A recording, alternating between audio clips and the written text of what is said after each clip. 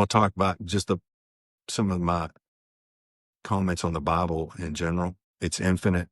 It is the Word of God. It is Jesus Christ in black and white. And then we'll talk through, this will be the rest of this series here. We'll talk through this method that I'll just briefly talk through. I have 6 of them I use. First of all, like real estate, what's the most important thing in real estate? Location, location, location.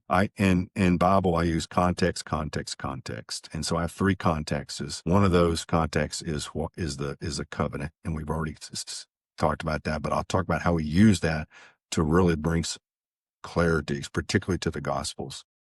And then I put here, number 2, it says what it says. If I can take it literally, I take it literally. The Bible, if the Bible doesn't want you to take it literally, it will normally tell you.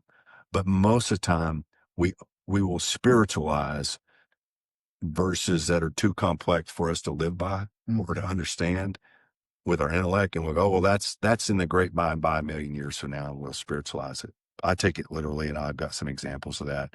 Just a quick in Galatians 2:20, I've been crucified with Christ, and I no longer live, but Christ lives in me. The life I live in the body, I live by faith in the one who loved me and gave himself for me.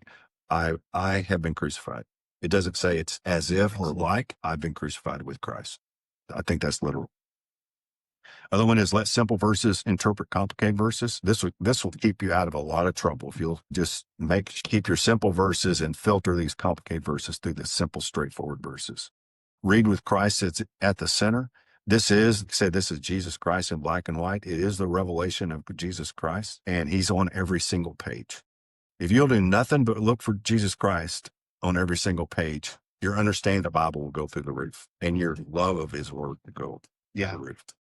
I put here, let the new covenant shine a light on the old covenant or the Old Testament. The old covenant has been made obsolete. We talked about that in our previous podcast, but it is still preserved for us for thousands of years. Why? Well, because we can redeem all of these things with the light of the new covenant. And then the last one is, it won't be surprised what I already talked about, is allow for mysteries. So we may not understand it. We may not get it. That's okay. That's actually really good. If we could comprehend God, he would not be worthy of worship. Yeah. I don't worship my wife, and I have trouble comprehending her sometimes. I mean, how much more complicated is an infinite being? And we'll spend eternity still trying to figure out mysteries. A million years from now, and you and I'll meet today on, what is it? December 15th, a million years from now, let's meet and discuss this, and we'll go figure it all out. See, we figured it all out. And I'll go, no. Every mystery I've discovered leads to 100 more. And now I go run down this mystery, and it leads to 100 more. And we'll still be, in a million years, you and I will still be figuring out God. We'll wake up on the 16th of December, a million years from now, and go, I just learned something today that I hadn't figured out.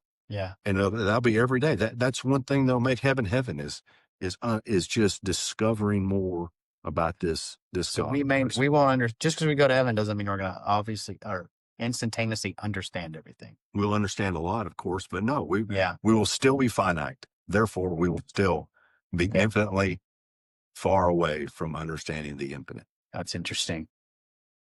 All right. Okay. Can you go through real fast those 6 things one more time? One, wrapping it up. One is context, context. I'll talk about the 3. Number 2, it says what it says. Take it literally if possible. Number 3, let simple verses interpret complicated verses. Number 4, read with Christ at the center. Number 5, let the new covenant shine a light on the Old Testament. And number 6, allow for mysteries.